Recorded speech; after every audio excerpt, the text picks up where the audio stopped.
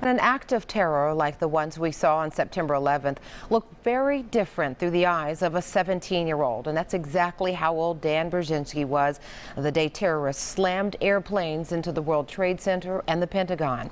Now, at 37, the retired Army infantry officer is reflecting on that tragic day and the life-changing role he and so many other young soldiers played in a war triggered by the horrific attacks on that September morning. Like many Americans that day, I was just going about my normal life, not really thinking about the world or my place in it. On the day 19 suicidal hijackers turned passenger planes into missiles, Dan Berschinski was just a high school senior in Peachtree City.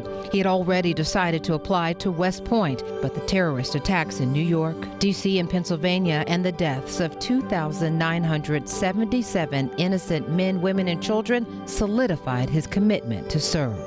I wanted to serve in the Army, but of course 9/11 made that idea of service a lot more real for me as a 17-year-old high schooler. Clearly, 9/11 and its repercussions, I think, were larger than any of us understood on that day.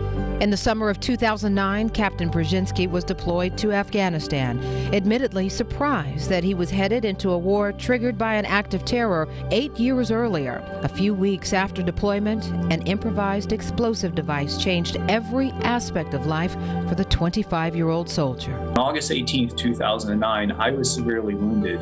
But just a few hours before I was wounded, 2 soldiers in close proximity to me were killed. Berschinski would spend the next chapter of his life recovering and learning how to walk again, this time with prosthetic legs. He eventually took a medical retirement, started a family, and started a small business in Metro Atlanta. But he is still on a mission to keep the men and women who joined the military after September 11th on the minds of every American, particularly the soldiers who took part in America's longest war. We just spent 20 years in Afghanistan, and all we got was a Afghan government that lasted about 2 weeks. Do you feel like some people forgot that there were U.S. soldiers, men and women, in Afghanistan all of this time? Yeah, absolutely. We built roads, we built hospitals, we built clinics and schools, and we provided an opportunity for an entire generation of Afghan people to experience a life that they otherwise would never have had. And that's an incredible accomplishment. Young people should join the military. It's a phenomenal organization, but we need America's citizens to support those young people by making sure that our military is used wisely. Captain Berschinski says it was painful to watch the bloodshed and turmoil that came with the U.S. withdrawal from Afghanistan, not to mention the 2,400 lives lost during that 20-year war.